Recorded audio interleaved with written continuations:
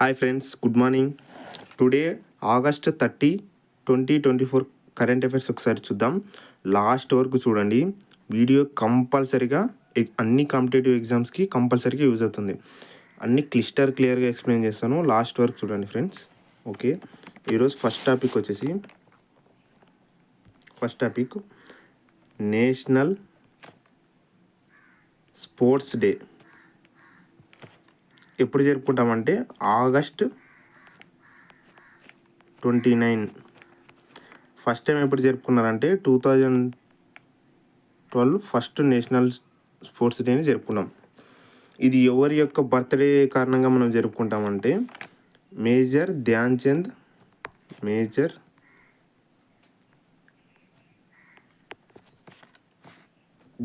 Chand birthday సందర్భంగా మనము national sports డేని జరుపుకుంటాం. ఇది ఫస్ట్ పాయింట్. ఇంకా కొన్ని పాయింట్స్ యాడ్ చేయాలంటే ఇక్కడ 1928, 1932, 1936. 1928 ఒలింపిక్స్ ఎక్కడ జరిగిందంటే నెదర్లాండ్. 1932 ఒలింపిక్స్ ఎక్కడ జరిగిందంటే USA లాస్ ఏంజల్స్. 1936 ఒలింపిక్స్ ఎక్కడ జరిగిందంటే జర్మనీ బెర్లిన్. ఇక్కడ మన హాకీ టీం వచ్చేసి గోల్డ్ మెడల్ సాధించింది. ఇక్కడ కూడా మన హాకీ టీం వచ్చేసి గోల్డ్ మెడల్ సాధించింది.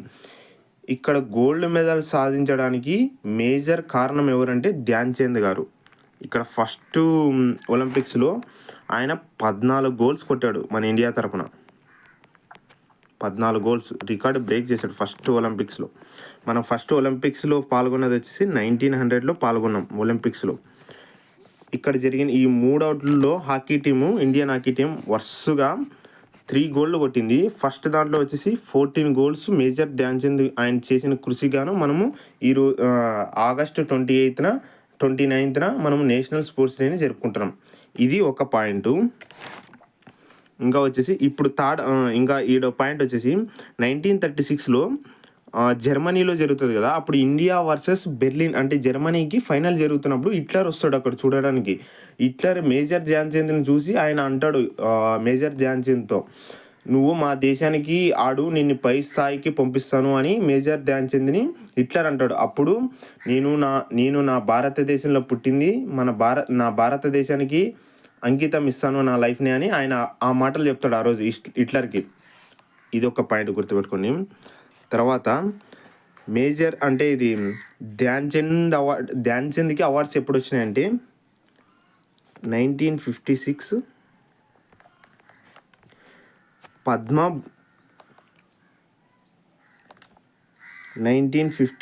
పద్మభూషణ్ అవార్డు వచ్చింది. చూడు గుర్తుపెట్టుకోండి, పద్మభూషణ్ అవార్డు వచ్చింది. 2021లో ఏం చేశారంటే రాజీవ్ ఖేల్ రత్న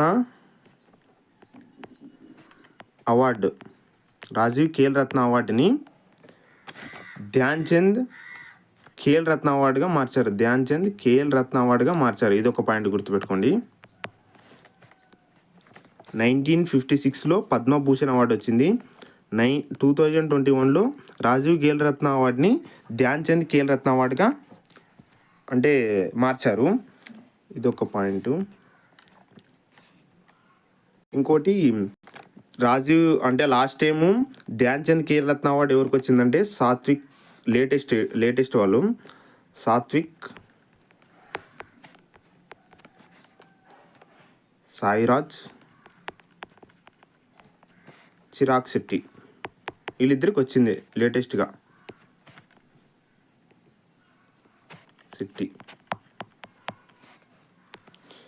ఇంకొకటి, ఇప్పుడు మనం నేషనల్ స్పోర్ట్స్ డేని ఎప్పుడు జరుపుకుంటాం? August 29న జరుపుకుంటాం కదా. అదే ఇంటర్నేషనల్ స్పోర్ట్స్ డేని April 6న జరుపుకుంటాం. దీని యొక్క April 6న ఇంపార్టెన్స్ ఏంటంటే 1980 ఏప్రిల్ 6న బీజేపీ పార్టీని ఎస్టాబ్లిష్ చేస్తారు. ఎవరు ఎస్టాబ్లిష్ చేస్తారంటే అటల్ బిహారీ వాజ్పేయి, ఎల్కే అద్వానీ, వీళ్ళిద్దరు కలిసి అదే రోజున మనకు బీజేపీ పార్టీని ఎస్టాబ్లిష్ చేస్తారు. ఇదొక పాయింట్. ఇంకొకటి ఇదే ఆగస్టు 29న గిడుగు రామమూర్తి బర్త్డే.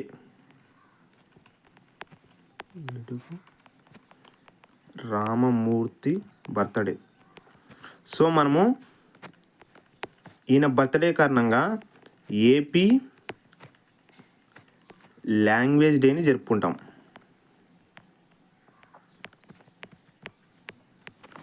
తర్వాత సెప్టెంబర్ 9న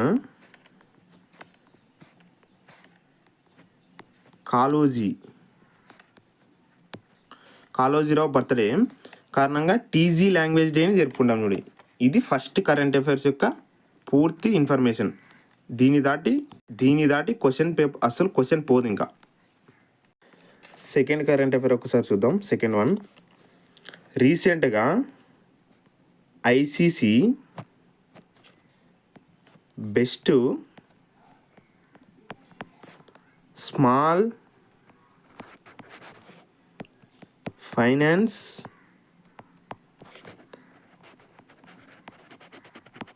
బ్యాంక్ ఇండియా అవార్డుని ప్రకటించింది.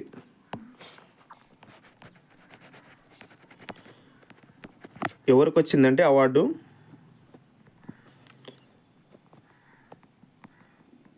జానా స్మాల్ ఫైనాన్స్ బ్యాంక్కి వచ్చింది. జానా స్మాల్ ఫైనాన్స్ బ్యాంక్కి వచ్చింది. ఇది ఎప్పుడు ఎస్టాబ్లిష్ చేశారంటే 2018లో ఎస్టాబ్లిష్ చేశారు దీన్ని, జానా స్మాల్ ఫైనాన్స్ బ్యాంక్ని. దీని యొక్క హెడ్ క్వార్టర్స్ వచ్చేసి బెంగళూరు. తర్వాత ఐసీసీ అంటే Indian chambers of Calcutta. Okay, second current affairs వచ్చి రీసెంట్గా ICC Indian chambers of Calcutta best small finance bank India అవార్డుని ప్రకటించింది. ఎవరికి ప్రకటించింది అంటే జానా స్మాల్ ఫైనాన్స్ బ్యాంక్కి ప్రకటించింది. 2024 అవార్డు ఇది ఎప్పుడు జానా స్మాల్ ఫైనాన్స్ బ్యాంక్ ఎప్పుడు ఎస్టాబ్లిష్ చేశారంటే 2018లో ఎస్టాబ్లిష్ చేశారు. హెడ్ క్వార్టర్స్ వచ్చేసి బెంగళూరులో ఉంది. ఇది ఒక షెడ్యూల్డ్ కమర్షియల్ బ్యాంకు. జానా స్మాల్ ఫైనాన్సింగ్ బ్యాంక్ వచ్చేసి షెడ్యూల్డ్ కమర్షియల్ బ్యాంకు. షెడ్యూల్డ్ అంటే అర్థం ఏంటంటే ఆర్బీఐ విధి విధానాలను పాటించేదాన్ని షెడ్యూల్డ్ అంటారు. కమర్షియల్ అంటే ఇతరులకు లోన్స్ ఇచ్చే విధంగా ఉండే బ్యాంకును కమర్షియల్ అంటారు. సో దీన్ని ఏమంటారు అంటే షెడ్యూల్ కమర్షియల్ బ్యాంక్ అంటారు. ఇది second current affair. Best small financial bank award India ఎవరికి వచ్చిందంటే జానా స్మాల్ ఫైనాన్స్ బ్యాంక్ వచ్చింది. ఇది ఎవరు ఇచ్చారంటే ఐసీసీ వాళ్ళు ఇచ్చారు. ఇది సెకండ్ కరెంట్ అఫైర్. ఇప్పుడు థర్డ్ కరెంట్ అఫైర్ చూద్దాం. Third one very very important. ఈ కరెంట్ అఫైర్ మాత్రం very very important. Okay, cabinet అంటే సెంట్రల్ గవర్నమెంట్ 12 ఇండస్ట్రియల్ స్మాల్ సిటీస్ని అప్రూవ్ చేసింది. 12 ఇండస్ట్రియల్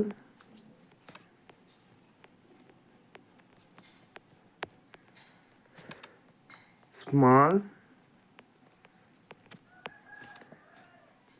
సిటీస్ని అప్రూవ్ చేసింది.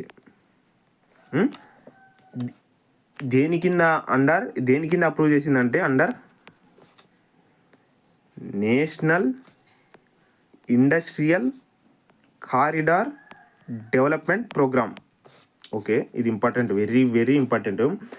రీసెంట్గా క్యాబినెట్ 12 ఇండస్ట్రియల్ స్మాల్ సిటీస్ని అంటే అప్రూవ్ చేసింది. దేని కింద అంటే under national industrial corridor development programme కింద మనకు లాంచ్ చేసింది. ఎన్ని స్టేట్స్లో లాంచ్ చేసిందంటే అప్రూవ్ చేసిందంటే 10 స్టేట్స్ టోటల్. ఇలా అడుగుతారు, 10 స్టేట్స్లో అప్రూవ్ చేసింది.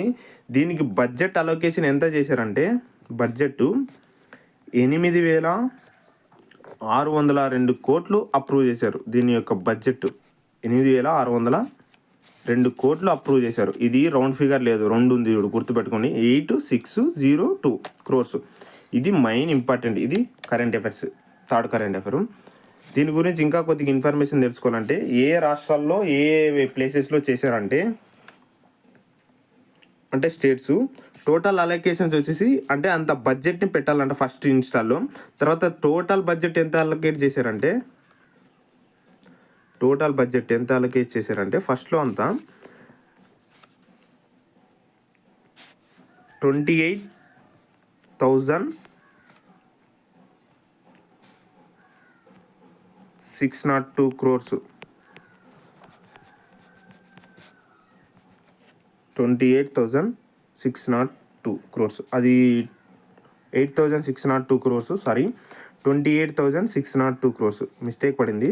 28,602 28,602 crores అంటే 8,602 చెప్పే కదా ఫస్ట్, అది మిస్టేక్ అయింది, ఇది రాంగు.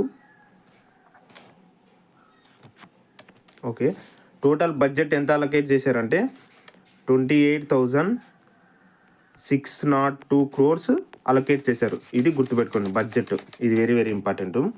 తర్వాత నెక్స్ట్ టాపిక్ వచ్చేసి ఏ స్టేట్స్లో ఏ సిటీస్ని వాళ్ళు అప్రూవ్ చేశారంటే ఫస్ట్ వచ్చేసి యూకే, తర్వాత బీహార్, పంజాబ్,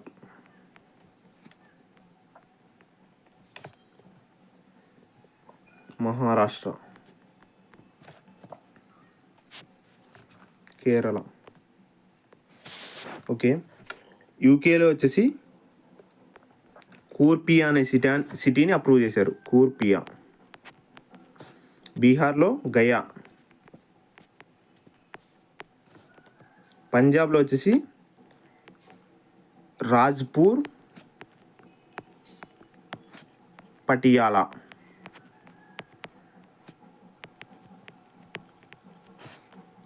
మహారాష్ట్ర వచ్చేసి దిగి. కేరళ వచ్చేసి పలక్కాడ్. ఓకే, ఇవి. ఇంకా రాజస్థాన్లో జోధ్పూర్, పాలి. యూపీలో ఆగ్రా, ప్రయాగ్రాజ్. ఓకే, ఇవి గుర్తుపెట్టుకోండి. మన ఏపీలో స్పెషల్గా చెప్తున్నాను, మన ఏపీ తెలుగు రాష్ట్రాల్లో కూడా కొన్ని స్మార్ట్ సిటీస్ని అలొకేట్ చేశారు.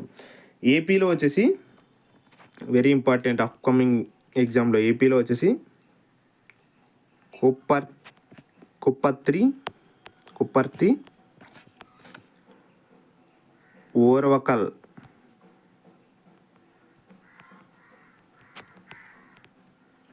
ఇది ఏపీలో. తెలంగాణలో వచ్చేసి జహీరాబాద్.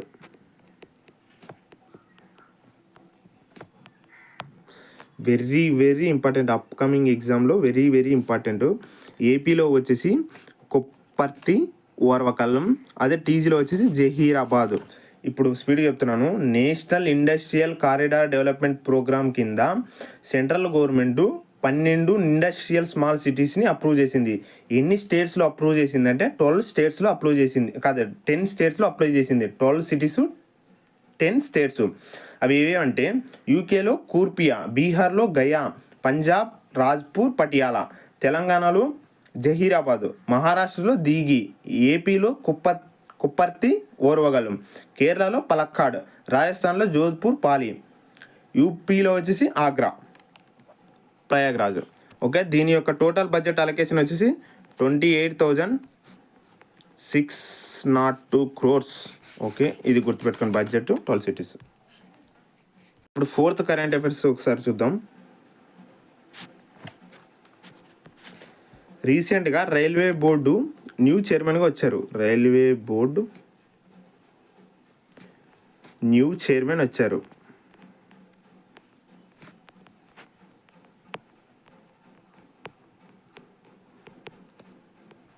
ఆయన పేరు సతీష్ కుమార్.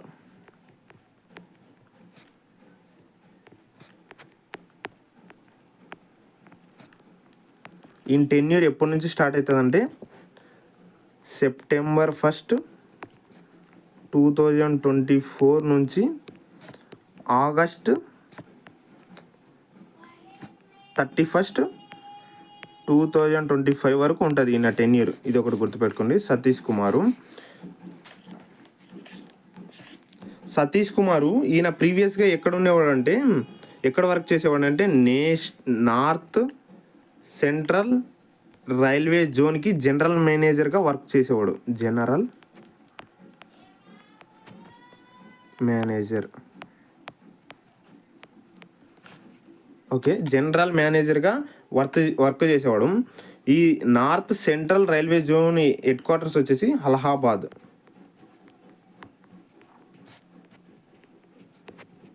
ఓకే, ఈయన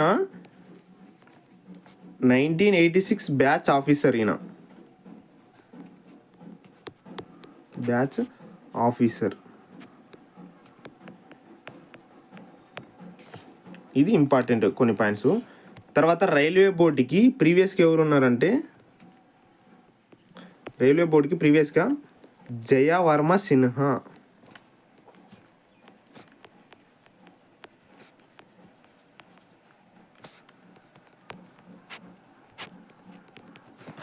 ఈమె ఫస్ట్ ఉమెన్ రైల్వే బోర్డుకి పనిచేసిన ఫస్ట్ ఉమెన్ చైర్మన్గా ఈమె ప్రీవియస్గా ఉన్నారు. ఈమె టెన్యూర్ వచ్చేసి ఆగస్ట్ 31కి ఎండ్ అవుతుంది. రేపటికి ఎండ్ అవుతుంది ఈమె టెన్యూర్. ఓకే, రైల్వే బోర్డ్ని ఎస్టాబ్లిష్ ఎప్పుడు చేశారంటే 1905లో ఎస్టాబ్లిష్ చేశారు. తర్వాత జనరల్ బడ్జెట్లో నుంచి రైల్వే బడ్జెట్ని అంటే వేరు చేయడానికి 1921లోన అక్వర్త్ కమిటీని నియమించారు. అక్వర్త్ కమిటీని. ఓకే, 1924లో జనరల్ బడ్జెట్ నుంచి రైల్వే బడ్జెట్ వేరు చేశారు. తర్వాత 2016-17 ఆ మధ్య కాలంలో అంటే రైల్వే బడ్జెట్ని మరలా జనరల్ బడ్జెట్లో మిక్స్ చేయడానికి బిబేక్ దేబ్రాయ్ కమిటీని వేశారు. బిబేక్ దేబ్రాయ్ కమిటీని నియమించారు.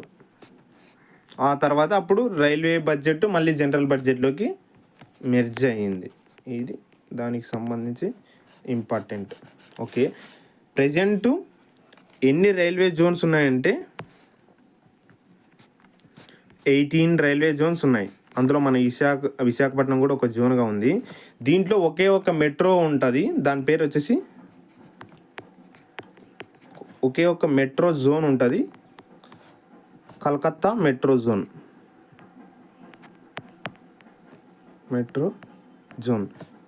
ఇది దానికి సంబంధించిన fully information. Okay, 5th current affairs ఒకసారి డిస్కస్ చేద్దాం. 5th current affair. Okay, union communication minister Jyotiraditya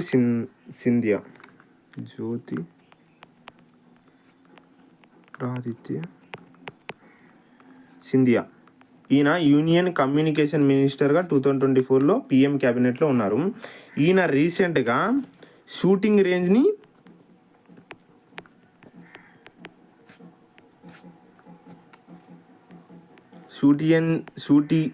రేంజ్కి మను బాకర్ నేమ్ని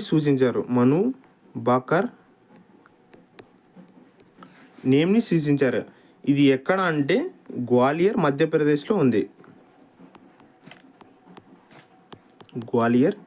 మధ్యప్రదేశ్లో ఉంది. ఇది 5th కరెంట్ అఫైర్.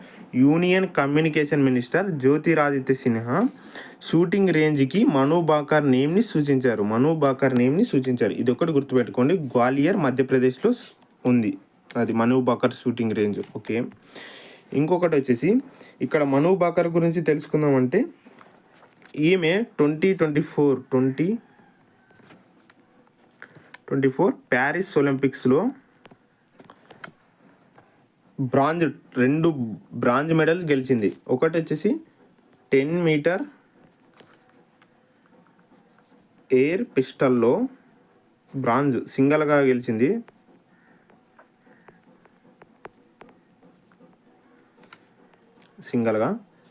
బ్రాంజు. తర్వాత 10 మీటర్ ఎయిర్ పిస్టల్ మిక్స్డ్ ఈవెంట్లో సరాబ్జోత్ సింగ్ ప్లస్ మను బాకర్ ఇద్దరు బ్రాంజ్ మెడల్ గెలిచారు. ఈమెకున్న రికార్డ్ ఏంటంటే ఒకే ఒలింపిక్లో 2 మెడల్ సాధించిన పర్సన్గా ఆఫ్టర్ ఇండిపెండెన్స్ రికార్డు క్రియేట్ చేసింది మను బాకర్. ఓకే, ఒకే ఒలింపిక్స్లో 2 మెడల్ సాధించిన వ్యక్తి. అదే ఒకే మెడల్స్లో 2 మెడల్ సాధించిన ఫస్ట్ పర్సన్ వచ్చి పోస్ట్ ఇండిపెండెన్స్లో నార్మర్ ప్రిచార్డ్. ఓకే, నార్మర్ ప్రిచార్డ్, ఇది ఒకటి గుర్తుపెట్టుకో, మెయిన్ ఇంపార్టెంట్. ఈయన ఎప్పుడు సాధించాడంటే 1900 ఒలింపిక్స్లో. 1900 ఒలింపిక్స్కి ఉన్న ఇంపార్టెంట్ ఏంటంటే ఇండియా మొట్టమొదటిసారిగా ఒలింపిక్లో పార్టిసిపేట్ చేసింది 1900 ఒలింపిక్స్లోనే. ఓకే, మను బాకరు ఒకే ఒలింపిక్స్లో 2 పథకాలు సాధించింది.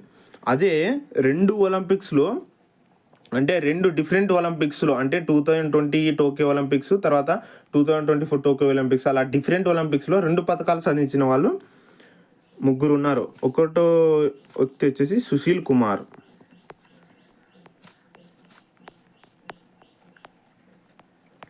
సెకండ్ పర్సన్ వచ్చేసి పివి సింధు.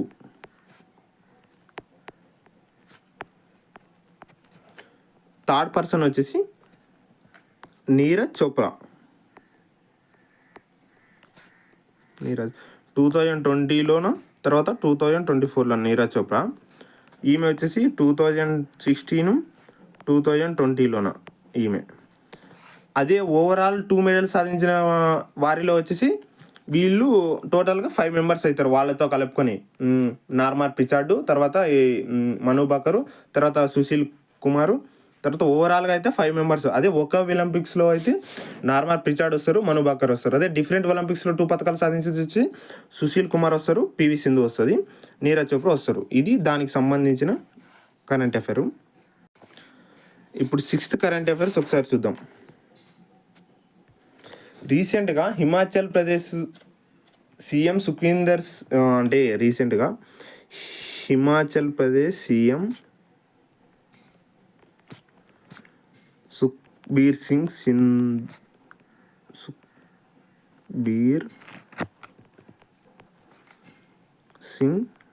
సంధు అంటే ఉమెన్స్కి మ్యారేజ్ ఇయర్స్ని అంటే పెంచారనమాట. 18 ఉండే పాస్ట్ ఉమెన్స్కి మ్యారేజ్ అంటే ఏజ్ లిమిట్ 18 ఇయర్స్ నుంచి 25 ఇయర్స్కి పెంచారు.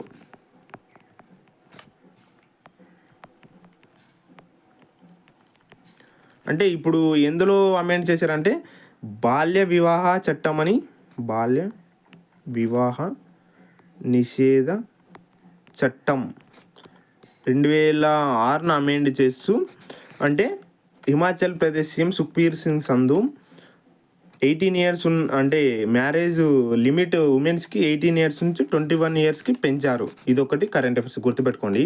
ఇప్పుడు మినిమం ఏజ్ గురించి మాట్లాడితే ప్రెసిడెంటు, వైస్ ప్రెసిడెంటు, తర్వాత గవర్నరు, వీళ్ళు ముగ్గురికి ఏజ్ లిమిట్ ఎంత ఉంటుందంటే 35 ఇయర్స్ ఎలెక్ట్ అవ్వడానికి. ఓకే, మినిమం ఏజ్ ఇది. తర్వాత లోక్సభ ఎంపీ, ప్రధానమంత్రి, ఎమ్మెల్యే, స్టేట్ ఎమ్మెల్యే, తర్వాత సీఎం, వీళ్ళందరికీ 25 years.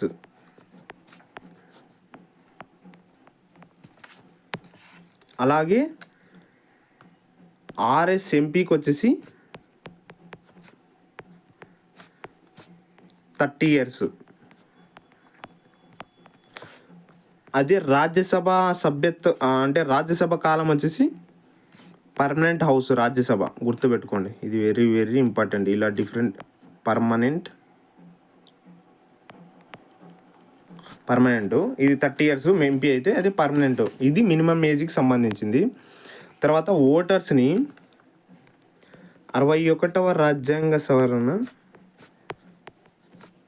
1988లో 18 years నుంచి 21 yearsకి పెంచారు ఓటర్స్.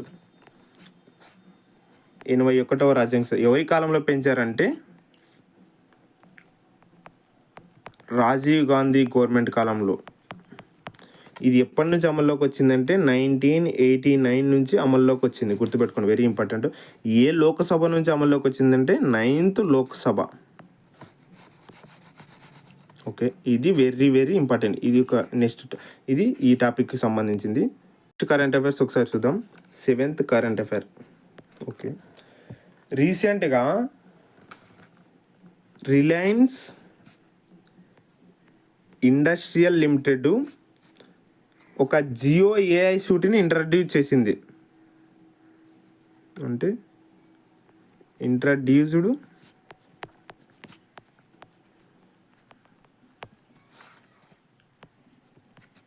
ఏఐ షూట్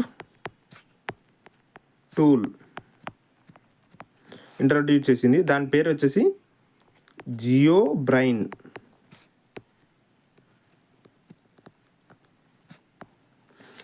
జియో బ్రైన్ని Reliance industrial Limited introduced AI suite tool వచ్చేసి జియో బ్రైన్.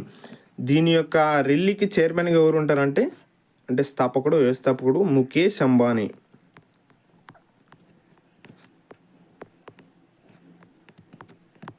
దీని యొక్క ముఖ్య ఉద్దేశం వచ్చేసి హై స్పీడ్ ఇంటర్నెట్ డేటాని అంటే డెవలప్ చేయాలి. 5G మొబైల్స్లోన 6G మొబైల్స్లోన హై స్పీడ్ ఇంటర్నెట్ని డెవలప్ చేయడం దీని యొక్క ముఖ్య ఉద్దేశం. ఇలా అడుగుతారు. రీసెంట్గా జియో బ్రైన్ అనేది న్యూస్లో ఉంది, దాని గురించి ఏది అంటే దానికి సంబంధించిన కరెక్ట్ ఆన్సర్ ఏంటి అని అడుగుతారు. ఇది వెరీ వెరీ ఇంపార్టెంట్. ఇది 7th కరెంట్ అఫైర్. ఇప్పుడు 8th కరెంట్ అఫైర్ ఒకసారి చూద్దాం.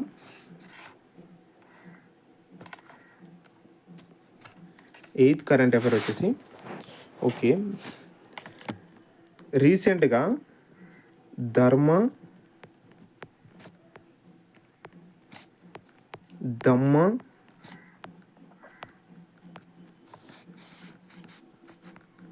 కాన్ఫరెన్స్ 2024 ఎక్కడ జరిగిందంటే అహ్మదాబాద్, గుజరాత్లో జరిగింది. ఇది వెరీ వెరీ ఇంపార్టెంట్. అహ్మదాబాద్, గుజరాత్లో జరిగింది. హెల్డ్ అట్ దమ్మ కాన్ఫరెన్స్ ఎక్కడ జరిగిందంటే 2024 అహ్మదాబాద్, గుజరాత్లో జరిగింది. దీని యొక్క ఎడిషన్ వచ్చేసి ఇప్పుడు ప్రజెంట్ 8th ఎడిషన్. వచ్చేసి 8th edition.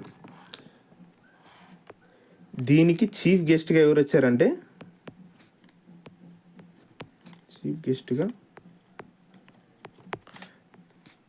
Jagdeep Dhankhar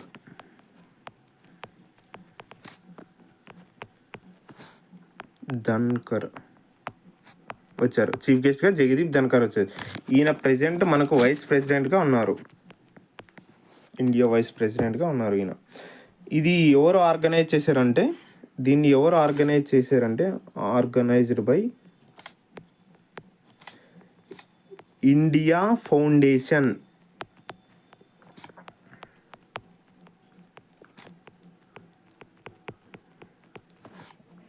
India foundation ఎవరు ఆర్గనైజ్ చేశారంటే ఇండియా ఫౌండేషన్. ఎవరితో కొలాబరేషన్ అయ్యారంటే గుజరాత్ యూనివర్సిటీ.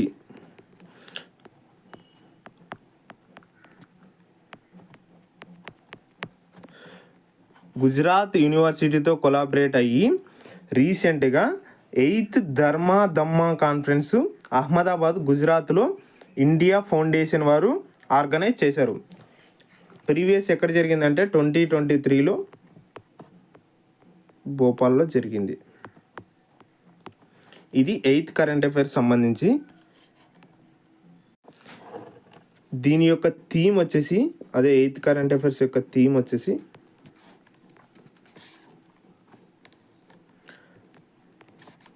కాస్మోలజీ ఇన్ ధర్మ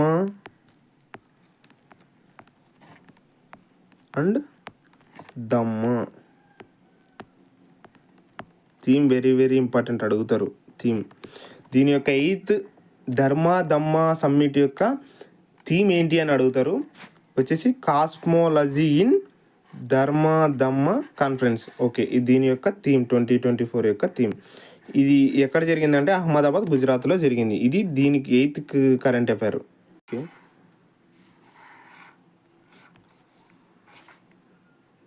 9th కరెంట్ అఫైర్ ఒకసారి చూద్దాం. రీసెంట్గా ఇరాన్కి స్పోక్ పర్సన్గా ఒక అమ్మాయి ఎలెక్ట్ అయింది. ఇరాన్ స్పోక్ పర్సన్గా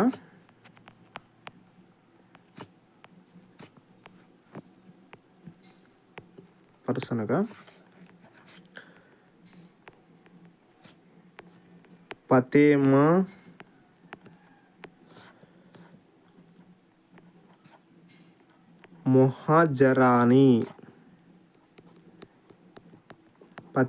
మొహాజరాని రీసెంట్గా ఏ కంట్రీకి స్పోక్ పర్సన్గా ఉంది అంటే ఇరాన్ యొక్క ప్రెసిడెంట్గా ఉంటుంది. ఇరాన్కి ప్రెసిడెంట్ వచ్చేసి ఇప్పుడు మసూద్ పెజిష్కియాన్ ఉంటారు. ఇబ్రాహీం రైజీ ప్రీవియస్గా ఉండే అతను ఇబ్రాహీం రైజీ చనిపోయి ఉంటారు అనమాట. హెలికాప్టర్ క్రాఫ్ట్స్లో అంటే పేలి చనిపోతాయి. ఇబ్రాహీం రైజీ. ఇది ఇజ్రాయెల్ దాడును ఎదుర్కోవడానికి ఆపరేషన్ ట్రూ ప్రామిస్ని లాంచ్ చేస్తుంది ఇరాన్. అదే ఇజ్రాయెల్ ఏ ఆపరేషన్ లాంచ్ చేస్తుంది అంటే ఇజ్రాయెల్ ఆపరేషన్ ఐరన్ స్వాడ్ని లాంచ్ చేస్తుంది. ఓకే, ఇజ్రాయెల్లో ఉన్న వాళ్ళని మన ఇండియా అంటే ఇజ్రాయెల్లో ఉన్న భారతీయుల్ని మన ఇండియాకి తీసుకురావడానికి ఇండియా ఆపరేషన్ అజయ్ని లాంచ్ చేసింది. ఆపరేషన్ అజయ్ ఇది వెరీ వెరీ ఇంపార్టెంట్. ఇవి ఫ్రెండ్స్ ఈరోజు ఆగస్ట్ 30 నాటి డైలీ కరెంట్ అఫైర్స్. ఓకే, ఒకసారి రివిజన్ చేసుకుందాం. ఈరోజు మనం డిస్కస్ చేసింది వచ్చేసి ఒకటోది వచ్చేసి నేషనల్ స్పోర్ట్స్ డేని జరుపుకుంటాం ఆగస్ట్ 28న, ధ్యాన్ చంద్ బర్త్డే రోజు. తర్వాత రెండోది వచ్చేసి ఐసీసీ రీసెంట్గా best small finance bank of India award ఎవరికి లాంచ్ చేసిందంటే జనా స్మాల్ ఫైనాన్స్ బ్యాంకు. ఐసీసీ అంటే ఇండియన్ ఛాంబర్స్ ఆఫ్ కోల్కతా అంటారు, అది రెండోది. థర్డ్ కరెంట్ అఫైర్ వచ్చేసి 12 ఇండస్ట్రియల్ అంటే central government approves 12 industrial small cities under national industrial corridor development programme కింద 12 సిటీస్ని అప్రూవ్ చేసింది. టోటల్గా 10 స్టేట్స్లో. దీని యొక్క అలొకేషన్ వచ్చేసి 28,602 crores. ఇది third current affairs. Fourth current affairs వచ్చి రైల్వే బోర్డుకి న్యూస్ చైర్మన్గా ఎవరు వచ్చారంటే సతీష్ కుమారు. ఫిఫ్త్ కరెంట్ అఫైర్ వచ్చేసి అంటే షూటింగ్ రేంజ్కి మను బాకర్ నేమ్ పెట్టారు. ఎవరు అంటే union communication minister Jyotiraditya Sinha. ఎక్కడ అంటే గ్వాలియరు. ఇది ఫిఫ్త్. సిక్స్త్ కరెంట్ అఫైర్ వచ్చేసి హిమాచల్ ప్రదేశ్ సీఎం సుఖ్వీందర్ సింగ్ ఉమెన్స్ యొక్క మ్యారేజ్ లిమిట్ వచ్చేసి 18 years నుంచి 21 yearsకి పెంచారు. ఇది సిక్స్త్ కరెంట్ అఫైర్. ఇది సెవెంత్ కరెంట్ అఫైర్ వచ్చేసి రీసెంట్గా Reliance industrial limited Jio brain అనే ఏఐ సూట్ టూల్ని లాంచ్ చేసింది అని ఇది 7th current affair. 8th current affair వచ్చేసి 8th దమ్మా కాన్ఫరెన్స్ ఎక్కడ జరిగిందంటే అహ్మదాబాద్, గుజరాత్. దీని యొక్క ఎడిషన్ వచ్చేసి 8th ఎడిషన్.